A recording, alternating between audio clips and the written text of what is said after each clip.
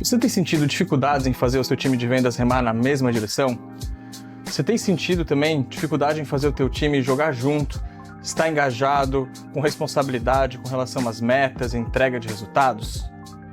Esse é um grande desafio e hoje eu vou compartilhar com vocês algumas dicas de como que a gente pode trabalhar melhor essa questão com método, tá? E para quem não me conhece, meu nome é Ricardo Aquino, sou cofundador da Escola Exchange, sou especialista em gestão comercial e hoje eu vou compartilhar com vocês alguns hacks que eu aprendi lendo este livro aqui, que é Os 5 Desafios das Equipes, do Patrick Lencioni. Eu vou compartilhar um pouquinho aqui também a imagem, do que a gente vai conversar e vou passar para vocês muitos insights, do que a gente pode fazer para conseguir maior engajamento do time e conseguir maior responsabilidade do time, Então vamos lá, vou pegar esse livro aqui como exemplo, que é uma excelente literatura, que ele traz basicamente, assim, acho que a parte mais icônica, do livro, trazendo um grande resumo, que é basicamente uma pirâmide de Maslow, Quando a gente olha aquela estrutura da pirâmide de Maslow, só que ele traz uma visão dos maiores ofensores de performance de equipes. Ou seja, se a gente fosse elencar quais são todos o que a gente precisa ter na base da pirâmide até o topo da pirâmide e quais são os maiores ofensores em cima de cada um deles, é o que a gente vai ter clareza nessa literatura. Então eu vou começar aqui pelo primeiro nível da pirâmide, que é a ausência de confiança. Aí o que acontece aqui? Segundo Patrick Lencioni, a ausência de confiança é um dos maiores ofensores das equipes de alta performance. E faz sentido, Se você parar para pensar, se você trabalha junto com uma equipe que você não confia nas pessoas, você não confia no seu líder, você não tem uma relação de confiança aberta ali com todo mundo, isso com certeza gera desconfiança, gera uma série de outros problemas que faz com que a gente tenha dificuldade de ter um time que joga junto. Então, sabendo disso, a primeira ação que eu deixo aqui como insight para vocês é o que será que vocês podem fazer para aumentar a confiança do time? Eu vou dar alguns exemplos aqui, de rotinas que eu já vi, que eu já pratiquei, que eu também já implementei em algumas empresas, que podem te ajudar. Então, confiança não é uma coisa que a gente constrói da noite para o dia, E existem várias formas de a gente trabalhar essa confiança. A primeira delas, na minha opinião, é construindo uma relação de feedback claro. E para construir uma relação de feedback, uma cultura de feedback, a gente tem que estar aberto tanto a dar feedback quanto a receber feedback. Então, uma rotina que eu julgo muito importante é ter uma rotina de feedback, entendendo que feedback é um presente, que você sempre vai buscar uma melhoria com relação àquilo, você vai se embasar, para falar com as pessoas. Inclusive, vou deixar um link aqui na descrição para quem quiser se aprofundar mais sobre o tema, exemplos de feedback que são muito assertivos, como o CCP, por exemplo. E essa é uma cultura básica, importantíssima para você começar uma cultura de confiança no time. Além disso, existem outras coisas que você pode fazer para tentar melhorar a confiança do time. Existe uma rotina que, inclusive, minha sócia, ela implementou nas empresas que ela trabalhou. Eu fiz algumas coisas parecidas, mas eu gostei muito do nome que ela deu para essa rotina, que ela chamou de Respeita a Minha História, que era uma rotina em que uma vez por semana, por exemplo, cada integrante do time, em grupos ali, eles se apresentavam e ele contava a história da vida dele em 4 etapas, a fase que ele era, na fase que ele nasceu, a juventude dele, depois quando ele foi jovem adulto e quando ele virou adulto. E essa é uma simples rotina que só pelo fato das pessoas irem se conhecendo e conhecendo a história um do outro, gera mais conexão. Isso pode ser altamente escalável dentro das suas operações de vendas. Você pode ter o seu líder fazendo isso com os seus liderados, ou você fazendo com os seus liderados uma vez por semana, enfim, ou adaptando o cronograma que for, mas fazendo com que todo mundo se conheça no time.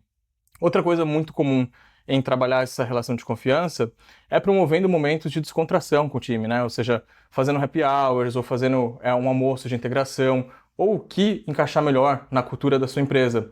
Mas é importante trabalhar isso de forma consistente, dentro de uma rotina, para que não exista a falta de confiança entre as pessoas, para que elas possam ter empatia umas com as outras e possam desenvolver isso bem.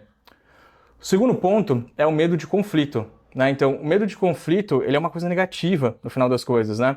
Por quê? Porque às vezes a pessoa ela tem uma coisa que ela possa acrescentar numa outra área, por exemplo, marketing e vendas. Quem está ali trabalhando na frente, está com vendas, ou na qualificação, quer passar um feedback para marketing, mas vira e pensa assim, não vou falar nada porque daí vão achar que eu estou reclamando. Esse é um péssimo sinal, porque quando a gente não tem o conflito positivo, a troca, a gente acaba ficando cada um no seu canto, Isso não gera troca, isso não gera crescimento, isso não gera aprendizado, e esse é um grande ofensor também das equipes de alta performance. Então, quando a gente fala aqui de medo de conflito, está muito relacionado à falta de confiança, né? E o medo de conflito também pode ser trabalhado, né, colocando e se estabelecendo rotinas para que os times trocam mais informações entre eles. Né? Eu já trabalhei em muitas empresas onde a gente tinha rotinas de marketing e vendas, onde participavam os vendedores, né, de forma alternada, para não ter que parar o time todo, junto com algumas pessoas de marketing, onde os times de vendas ajudavam a construir as campanhas, davam feedback sobre como as coisas estavam acontecendo. Isso é muito importante para o crescimento da moral do time, né, o senso de time como um todo, e não somente aquela equipe, né?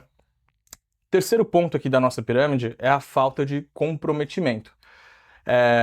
E a falta de comprometimento, né, ela pode parecer uma coisa simples de resolver.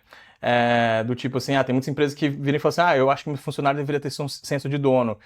Mas a gente sabe que não é assim, né? Não funciona assim na prática. A gente tem que ter iniciativas que ajudem a aumentar o comprometimento das equipes.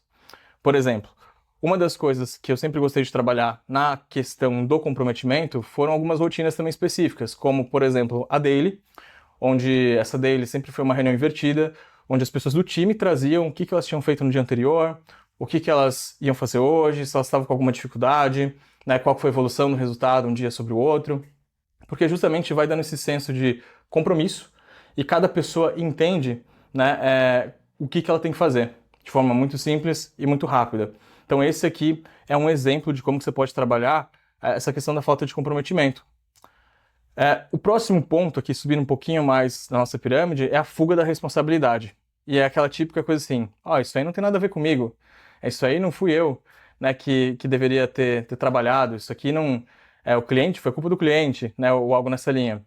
Então esse é um ponto também que a gente tem que trabalhar, né? Como que a gente evita a fuga da responsabilidade? Como que a gente tira isso, né, da frente? E uma das iniciativas que eu gosto de fazer muito, assim, associado à fuga da responsabilidade, é assumir metas individuais, né, e compromissos diários com que cada pessoa do time possa ter. Por exemplo, a meta diária que ele tem que ter de produção, a meta diária que ele tem que ter, né, de negócios, a meta diária que ele tem que ter de prospecções. Isso ajuda muito a pessoa a entender exatamente qual é o quadradinho que ela tem que trabalhar e qual é o resultado que ela tem que perseguir diariamente. O último ponto que eu tenho aqui, que não é menos importante, é falta de atenção aos resultados. Cara, isso é muito comum. Chega a ser bizarro. Às vezes você tem uma operação de vendas tão grande, quando você para falar com algum vendedor, se você pergunta uma coisa simples. Como que tá a meta do time? E aí o vendedor às vezes não sabe. Ele fala, não faço ideia. Qual que é a meta desse mês? Às vezes ele não sabe. E isso é um gigante ofensor, né? Um ofensor gigantesco, melhor falando. E aí eu gosto de trabalhar muito essa questão da falta de atenção ao resultado com iniciativas de gestão à vista. O que é iniciativa de gestão à vista?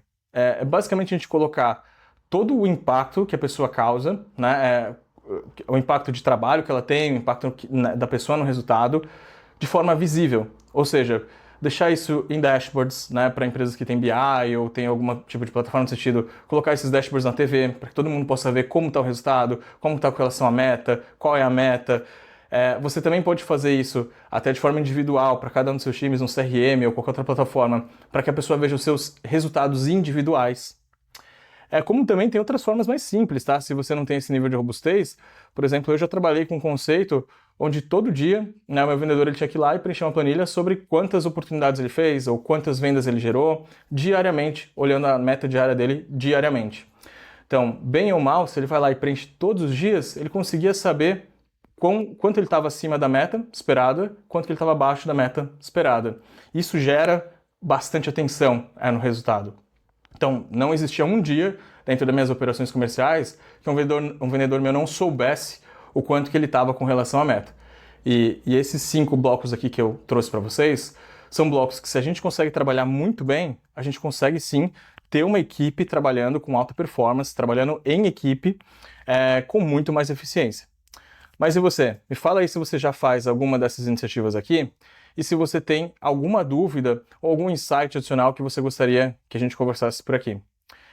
Lembre-se de se inscrever aqui no meu canal e também de ativar as notificações, que eu vou estar sempre postando novos conteúdos por aqui. Até mais!